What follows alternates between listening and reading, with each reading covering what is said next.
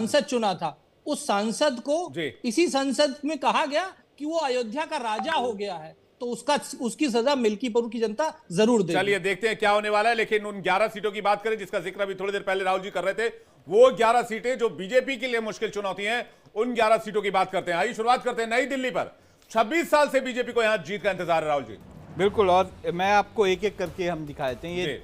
ये नई दिल्ली सीट जहां पे अरविंद केजरीवाल चुनाव लड़ रहे हैं, ये मुश्किल सीट इसलिए है क्योंकि बीजेपी ने इसको 2008 से कभी नहीं जीता।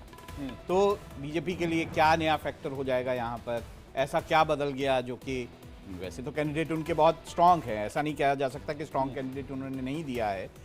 तो क्या सच में उनको लगता है कि इस बार कोई बदलाव होगा, और बदलाव होगा तो आखिर क्यों होगा यहाँ पर बदलाव। इसी तरह से अगर अगली हम सीट बताएं, अगर दिखा पाएं कि अगली सीट कर पाएं कि कौन सी एक और सीट हम दिखा पाएं जिसमें मंगोलपुरी है, ये सीलमपुर है, सीलमपुर मंगोलपुरी। सीलमपुर की सीट की बात करें तो सीलमपुर की सीट भी ऐसी ही है। सीलमपुर मुस्लिम बहुल्य इलाका है, एक बात ये भी है। तो यहाँ पर मुस्लिम बहुल्य है, तो किस तरह से बीजेपी को यहाँ पर क्या मतलब लगता है कि वहाँ पर कोई नई चीज़। और सीलमपुर में यही बात नहीं है, सीलमपुर में जो है झुग्गी झोपड़ियाँ बहुत सारी हैं, मिक्स पॉपुलेशन है, तो किस तरह से बीजेपी यहाँ पर काम कर पाएगी ये भी देखने की वाली बात होगी। हमारे सफोलॉजिस्ट पे इस पे थोड़ा सा जो है वो रोशनी डाल सकते हैं। की सीट भी है जो सरहदी इलाका है सर, और इस सीट में भी पूर्वी दिल्ली की सीट एससी रिजर्व यहाँ सीट पर सीलमपुर के बारे में एक बार मैं और बात कहना चाहूँगा। सीलमपुर में जो है आम आदमी पार्टी ने जो एमएलए उनके थे उनको चेंज किया है, वहाँ पर उन्होंने नया व्यक्ति जो है उनको दिया है। और जो आम आदमी पार्टी ने एक्स कांग्रेस एमएलए जुबैर अहमद जो हैं उनके बेटे को, मतीन अहमद जो हैं, उनको टिकट दिया यहाँ पर। और ये माना जा रहा है कि उनके बदौलत वो चुनाव लड़ना चाहते हैं। तो कोई ना कोई बात सीलमपुर में रही होगी जिसके कारण से उन्हें ये चेंज किया। वहाँ पे दो बड़ी फैमिलीज़ हैं, मुस्लिम फैमिलीज़, जिसके बीच में ये चुनाव लड़ा जाएगा। उसमें से कांग्रेस के एक अब्दुल रहमान जो है उनकी फैमिली है, और जो मैंने दूसरा बोला जुबैर अहमद, उनकी फैमिली। बाकी की चीजों को जल्दी कवर कर लेते हैं सर, क्योंकि टाइम भी लिमिटेड है और हमें बाकी गेस्ट का रिएक्शन भी लेना है। ओखला की सीट को अगर आप देखें तो साउथ ईस्ट की मुस्लिम बहुल सीट है ओखला सीट, और यहाँ पर भी बीजेपी के लिए चैलेंजेस रहते हैं। 1993 में पहली बार यहाँ विधानसभा चुनाव हुआ, उसके बाद से बीजेपी जो है वो यहाँ पर नहीं जीत पाई। यहाँ जनता दल जीती, कांग्रेस जीती, आरजेडी जीती, लेकिन बीजेपी को इस सीट पर भी यहाँ पर चैलेंजेस का सामना अमरतुल्ला खान जो है आम आदमी पार्टी के, उन्होंने अगर आप 2015 देखें तो 62.57% वोट हासिल किया यहाँ पर, और 2020 में 66.03% वोट हासिल किया। बीजेपी कभी इस सीट को नहीं जीत पाई है। मनीष चौधरी जो हैं वो इस यहाँ उम्मीदवार हैं। 55% मुस्लिम वोट है यहाँ पर, और कांग्रेस जो है वो 2013 में जरूर इस सीट को जीती। अम्बेडकर नगर की तस्वीर भी आपके सामने है। ये जो सीट है वो दलितों के लिए रिजर्व है, ये रिजर्व सीट है। बीजेपी अब तक यहाँ खाता नहीं खोल पाई है अम्बेडकर नगर में, यहाँ भी चैलेंजेस हैं। अम्बेडकर नगर की सीट भी 1993 में ही अस्तित्व में आई, और यहाँ पर चैलेंजेस हैं। कांग्रेस 2013 तक इस सीट से जीत हासिल करती रही, लेकिन उसके बाद यहाँ पर आम आदमी पार्टी जो है वो जीती आई 2013, 15 और 20 में लगातार। तो ये एक सीट भी बीजेपी के लिए चैलेंज वाली सीट है। जी, सफोलॉजिस्ट हमारे बता पाएंगे अम्बेडकर नगर में क्या आपको लगता है? अम्बेडकर नगर जो सीट है, ऐसा कहा जाता है कि अगर अम्बेडकर नगर सीट आम आदमी पार्टी हार रही है तो दिल्ली हार रही है। इस तरीके से ये इतना इंपॉर्टेंट है। हाँ, और इसके पीछे की वजह क्या है? वजह है कि उनका जो वोटर बेस है, जो झुग्गी झोपड़ी वाले वोटर बेस है, जो दलित वाले वोटर बेस है, वो बेस सीट है ये पूरी तरीके से, उस तरीके का समीकरण का सीट है। जैसे उसको स्टडी करते हैं और हर चुनाव में बड़ी दिलचस्पी से ग्राउंड पर भी उतरते हैं। ये जो सीट है, जैसे नरेला है, नांगलोई जाट है, द्वारका है, इसके अलावा आरकेपुरम है, इसके अलावा पटपड़गंज है। पटपड़गंज सीट मनीष सिसोदिया जी के, जिनको आप बता रहे थे थोड़ी देर पहले। इसके अलावा जनकपुरी है, त्रिनगर है। इन सीट्स के बारे में मैं अपने सेफोलॉजिस्ट सुजीत से चाहूंगा। पटपड़गंज पे नहीं लड़ रहे हैं वो अभी। हाँ, लेकिन ये सीट फंसी हुई है, अभी भी फंसी हुई है। हाँ, तो ये किन किन सीटों पर खड़ा मुकाबला, और इसके लिए क्या आपने स्टडी किया, क्या पैमाना तय किया, कैसे पता चला आपको? हाँ, क्लोज कंटेस्ट का मतलब आप कह सकते हो कि एनीवन्स गेम। 2 या 3% का वोट शेयर का डिफरेंस है इन सीटों पर। जैसे कि द्वारका अगर हम पकड़ ले तो हमेशा से ये सीट घूम रहा है, मतलब एक बार बीजेपी आगे आ रही है, एक बार आप आगे आ रही है, तो इसलिए बार बार सैंपल्स कलेक्ट किया जा रहा है। पटपड़गंज में बीजेपी आगे थी, बट धीरे धीरे आम आदमी पार्टी ने अपना रेस उठाया, और जिसके कारण वो भी सीट क्लोज कंटेस्ट में आ गई है। नांगलोई जाट में कांग्रेस डैमेज कर रही है आम आदमी पार्टी को, ये दिखा। नरेला में क्यों जाट फैक्टर है यहाँ पर, जाट बहुल्य सीट है जाट और उत्तर पश्चिमी दिल्ली की सीट ये है, तो क्या यहाँ पे क्यों ऐसा आपको लगता है कि वहाँ पर यादव वोटर भी बहुत ज्यादा बहुत है? तो बराबर। आपको क्यों लगता है कि यहाँ पे जो है टफ फाइट? पूर्वांचली है, 30 से 40% है यहाँ पर नांगलोई जाट के अंदर। और ये बेसिकली ये सीट जो है बहुत सारे जो आउटर दिल्ली वाले सीट्स है उसमें यही फैक्टर है कि लोग एंटी इनकम्बेंसी है, 2015-2020 में आम आदमी पार्टी जीत चुकी है बराबर। तो फिर ऐसा क्या हो गया अभी? सीट टू सीट में हम अगर जब जा रहे हैं तब थोड़ा सा नाराजगी दिख रहा है इन सीटों पर, और लोग उनसे नाराज है और लोग बदलना चाहते हैं। जैसे नरेला है, नरेला में खुद आम आदमी पार्टी ने उम्मीदवार बदला, उस उम्मीदवार के खिलाफ नाराजगी था, फिर वापस उसको टिकट दिया।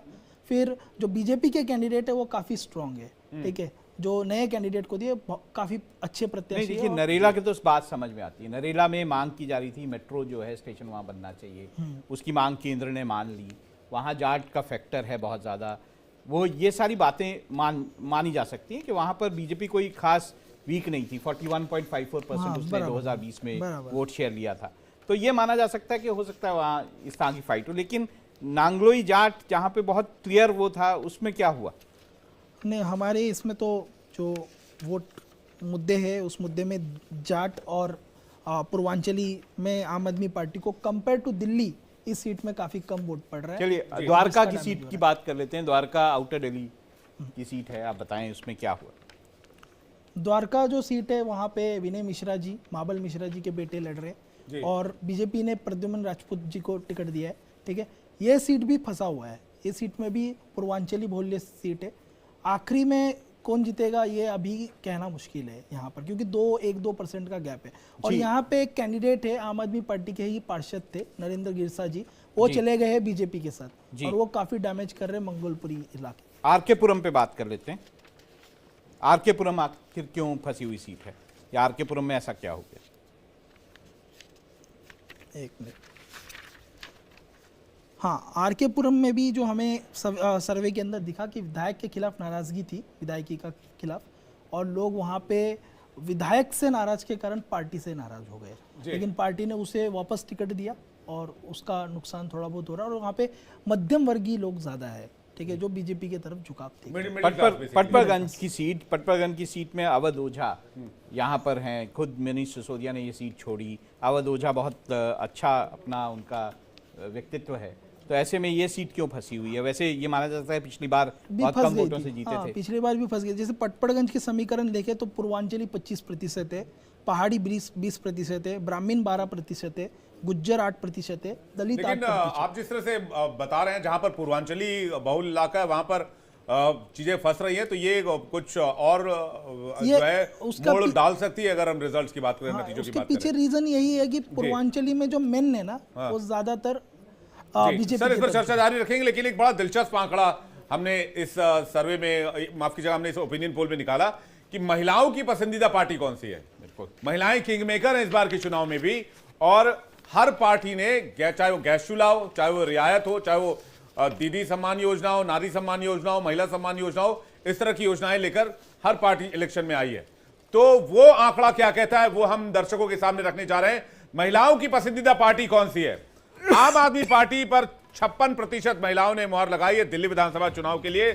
बीजेपी के लिए 35% महिलाओं ने मुहर लगाई है, कांग्रेस के लिए 5% और अदर्स के लिए 4%। यानी कि महिलाओं की पहली पसंदीदा पार्टी वीपी साइड और इंडिया डेली के ओपिनियन पोल में आम आदमी पार्टी दिख रही है। इसका फायदा हो सकता है, इस पर चाहेंगे? ये बिल्कुल, अगर मैं कुछ और सर्वे, ये तो हमारा ये ओपिनियन पोल जो है हमारे उस पर है, अगर मैं कुछ और जो सर्वे हुए हैं उनकी बात करूं तो भी हमें कुछ ऐसा दिखाई देता है कि जिन महिलाओं ने पिछले चुनाव में 100 अगर महिलाएं थीं जिन्होंने आम आदमी पार्टी को वोट किया था, उसमें से 80 महिलाएं अब भी आम आदमी पार्टी जो को पसंद कर रही हैं। तो इस तरह की बातें आई हैं। और दूसरा, अगर बीजेपी की बात करें तो 100 अगर महिलाएं थीं जिन्होंने बीजेपी को वोट किया था, उसमें 65 जो महिलाएं हैं वही सिर्फ जो हैं इस बार बीजेपी को वोट करने जा रही हैं इस विधानसभा चुनाव में। तो 25% जो है महिलाओं में शिफ्ट दिखाई देता है। बाकी जो सर्वे जो बाकी जगह हो रहे हैं उसमें भी इस तरह की बातें आती हैं। और ये जो स्कीम्स लाए जा रहे हैं उसके पीछे की वजह भी साफ पता चलती है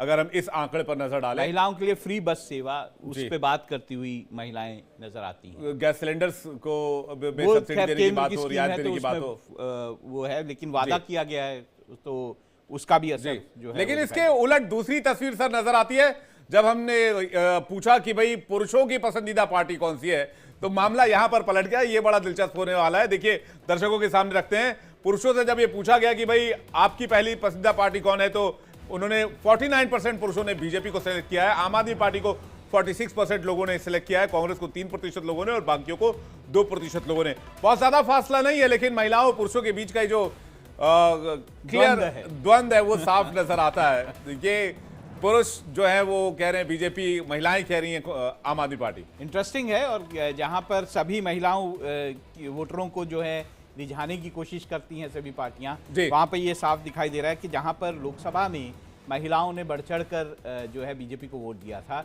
विधानसभा में शायद जो है वो इस तरह की सोच नहीं रखती। जी रणदीप जी, आप क्या कहेंगे इस पर?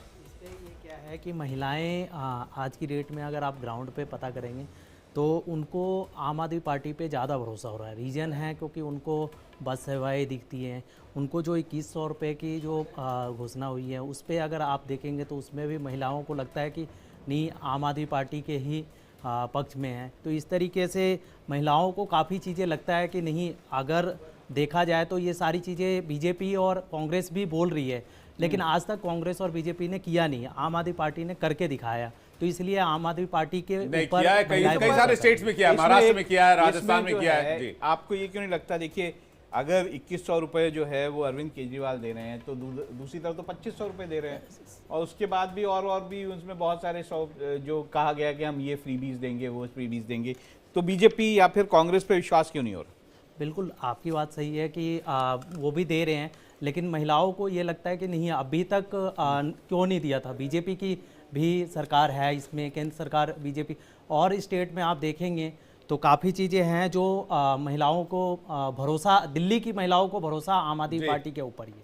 मैं इस पे बीजेपी का रिएक्शन लूं, लेकिन ऋषि मिश्रा जी काफी देर से इंतजार कर रहे हैं और वो भी अपना जो है पक्ष शेयर करना चाहते हैं। ऋषि मिश्रा जी, आप भी मैदान में उतरे ही होंगे, आप भी लोगों से बातचीत कर होंगे, संपर्क में होंगे, और ओपिनियन पोल का आंकड़ा भी आपने देख लिया, कंपैरिजन क्या कहता है? देखिए, दिल्ली के चुनाव को यदि आप कई चुनावों का एनालिसिस करेंगे तो दिल्ली में जब बाइपोलर हुआ है, बीजेपी के लिए परेशानी का सबब रहा है।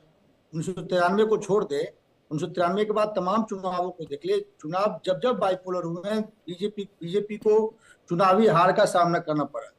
93 में बीजेपी इसलिए जीत पाई और क्योंकि उस समय जनता दल चुनाव लड़ रही थी और जनता दल ने कांग्रेस के वोट बैंक में ठीक ठाक शेयर लगा पाई। इस बार भी ये उम्मीद था कि कांग्रेस मजबूती से चुनाव लड़ेगी और करीब 15-16 सीटें ऐसी थी जहां कांग्रेस मजबूती से चुनाव लड़ सकती थी। मैं आपको एक वाकया बता रहा हूं कि कुछ दिनों पहले जूम मीटिंग हुआ था कांग्रेस के नेताओं का, जिसमें राहुल गांधी, प्रियंका गांधी और दिल्ली के तमाम कांग्रेस के नेता थे। राहुल गांधी इन 15-16 सीटों पे पदयात्रा करना चाह रहे थे, और मैं आपको इंटरेस्टिंग फैक्ट बताऊं कि दिल्ली प्रदेश अध्यक्ष और उनके जो टीम है वो पूरा कार्यक्रम शेड्यूल जो है डिसाइड नहीं कर पाए, और राहुल गांधी नाराज होकर वो मीटिंग छोड़ के चले गए। तो आप समझ सकते हैं कि कांग्रेस की किस प्रकार से तैयारी थी। यही यदि कांग्रेस मजबूती से लड़ती है और ये वोट परसेंट 15 के आसपास जो 4% आप दिखा रहे हैं, यही